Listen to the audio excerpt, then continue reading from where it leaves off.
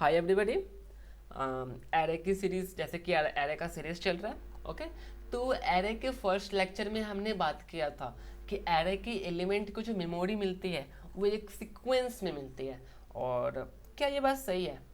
आज हम ऐसे एक प्रोग्राम लिखने वाले हैं जिस प्रोग्राम की मदद से हम ये फाइंड करेंगे कि क्या एरे को मिलने वाली मेमोरी जो है वो एक स्पेस में मिल रही है, यानी कि एक सीक्वेंस में मिल रही है, या फिर रैंडमली एलोकेट की गई है। ठीक है, जैसे कि मैं अगर यहाँ पे कहूँ, मैं अगर पहले आपको थोड़ा समझाने की कोशिश करता हूँ कि अगर आपने लिखा है ए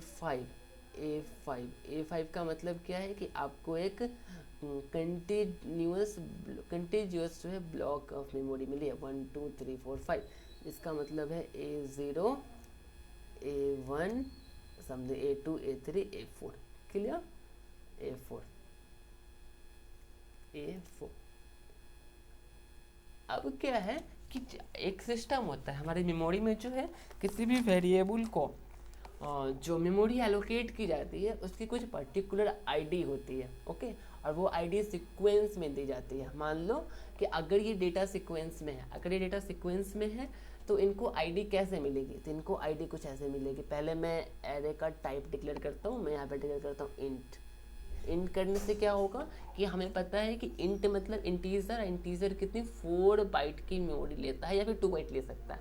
अगर मैं 4 बाइट की बात करूं तो जितना इसको मिलेगा उससे 4 ज़्यादा इसको मिलेगा, बिकॉज एरे को जो मेमोरी मिलती है, यानी कि मेमोरी जो होता है, इतनी बड़ी मेमोरी एलोकेट की गई है एक एलिमेंट के लिए।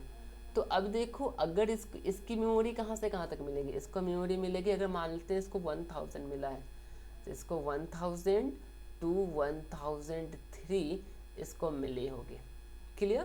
क्योंकि 1000 एक बाइट, 1001 दूसरा बाइट, 1002 तीसरा बाइट, 1003 चौथा बाइट, यानी कि 4 बाइट इसको मेमोरी मिल गई।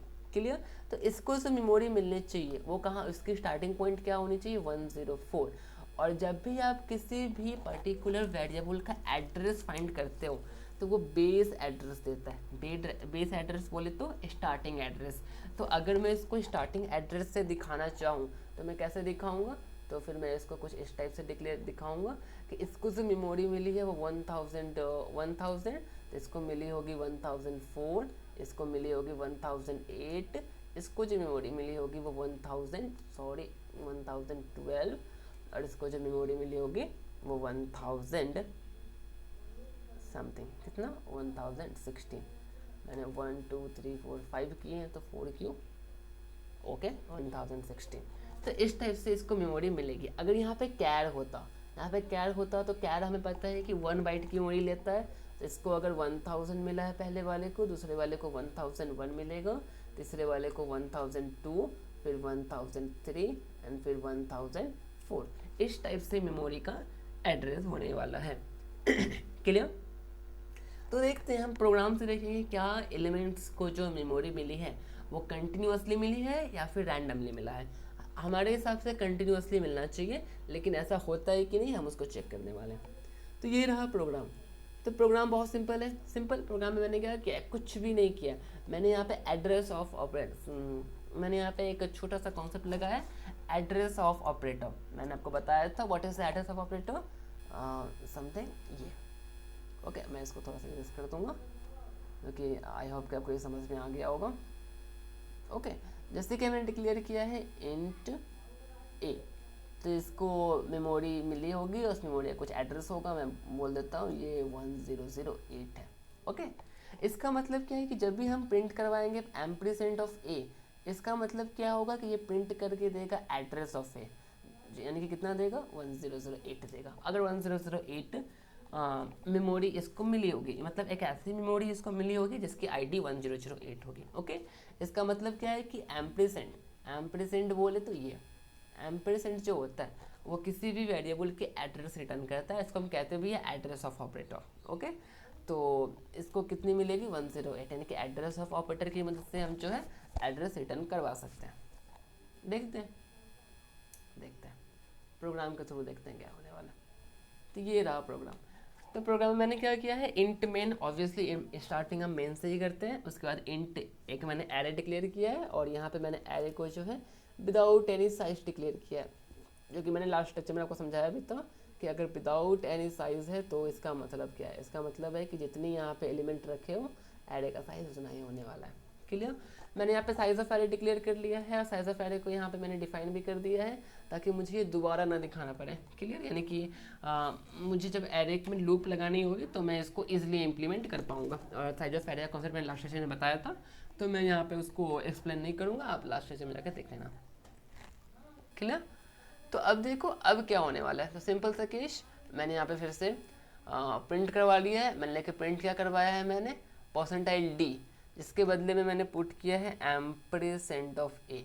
अब यहाँ पे मैंने परसेंटाइल डी लिखा है तो मुझे वहाँ पे एक वार्निंग मैसेज आएगी कि आप परसेंटाइल डी नहीं परसेंटाइल यू डालो, बिकॉज एरे जो होता है जो किसी भी मेमोरी की जो एड्रेस होती है वो क्या होती है, अनसाइंड इंटीजर होता है, जिसके लिए हम यूज़ करते हैं परसेंटाइल यू।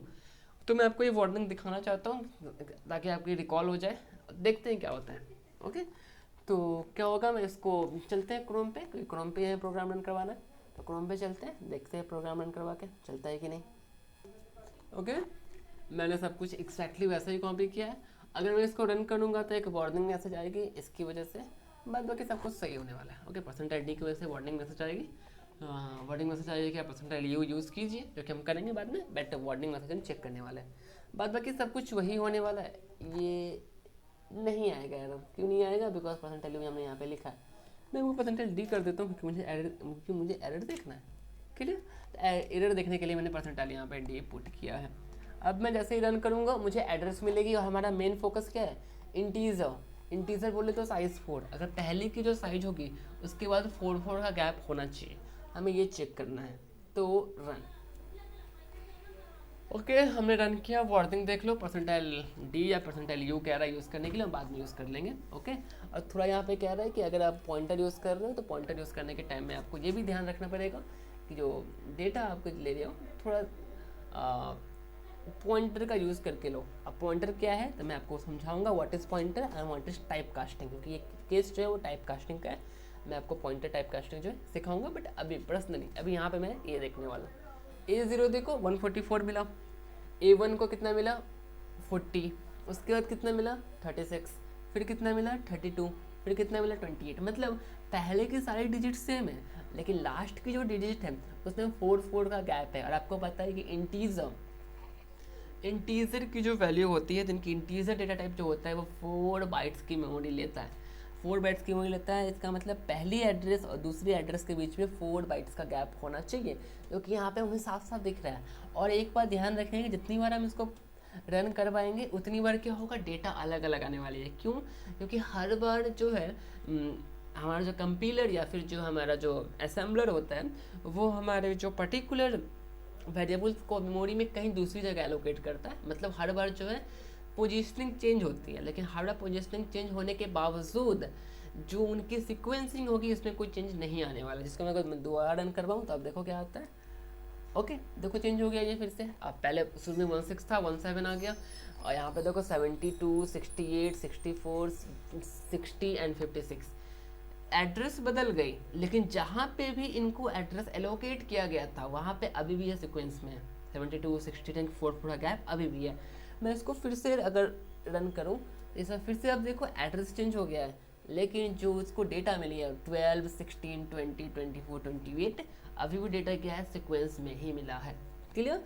तो आपको ये ध्यान रखना है कि जब भी आपको डेटा ओके यानी कि कोई भी डेटा अगर आपको मिलती है एरे में, अगर आपने कोई एरे इनिशियलाइज किया है तो एरे के सारे एलिमेंट की जो डेटा है उनके सारे एलिमेंट्स की जो मेमोरी एलोकेशन है वो सीक्वेंस में की जाते हैं। आई होप कि आपको ये समझ में आया होगा।